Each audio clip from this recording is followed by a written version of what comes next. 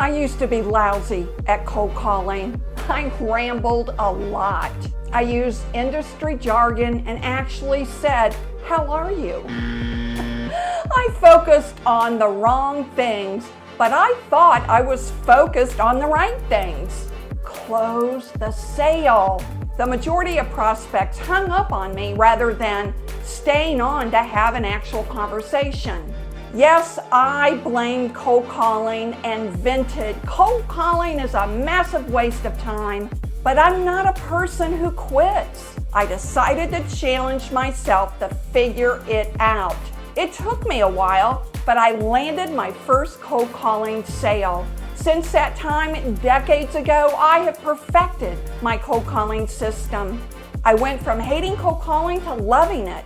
In this video, I'll tell you what those mistakes were and what to avoid, why it matters, and why it must be fixed for you to land a sale. Here are the 7 things I avoid when cold calling. Number 1, I avoid talking too fast. Talk in a relaxed but not rushed pace. Number 2, I avoid using filler phrases so the conversation is not filled with ums, okay, and a stop-start manner. I avoid industry jargon, number 3, and instead use simple, understandable phrases. I definitely avoid sounding salesy, trying to close too soon, before fully developing an understanding of the prospect's problem. I avoid winging it on a call. Instead, I practice and prepare before dialing the first prospect. I avoid a monotone. Instead, I practice by recording my call opener. Then I play it back to hear how the prospect hears me. Use emotion in your voice so you don't sound like you're just reading a script. I avoid making a sale. This is number 7 and the most important. I only book an appointment to have a deeper conversation.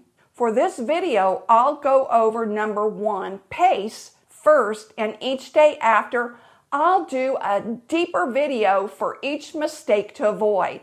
But number 7, avoid making the sale, is the most important one. So be sure to stay tuned so you don't miss it. Why is pace important? First, if the call is over the phone, keep in mind the prospect can't see you. So the only tool you have is your voice. If you speak slower than the prospect with pauses in between speaking, the prospect will likely end the call. It also signals you're unsure, lacking confidence.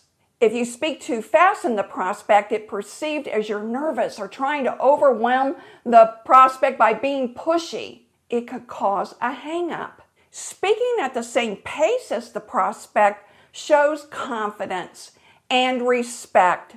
You're signaling, "I'm paying attention. I get you." Practice this tip with your family, friends, or colleagues in your next phone conversation. Then think about pace when you make your next sales call. The companion to pace, and just as important, is tone. We'll talk about how a fascinating tone can bring alive a sales conversation in the next video.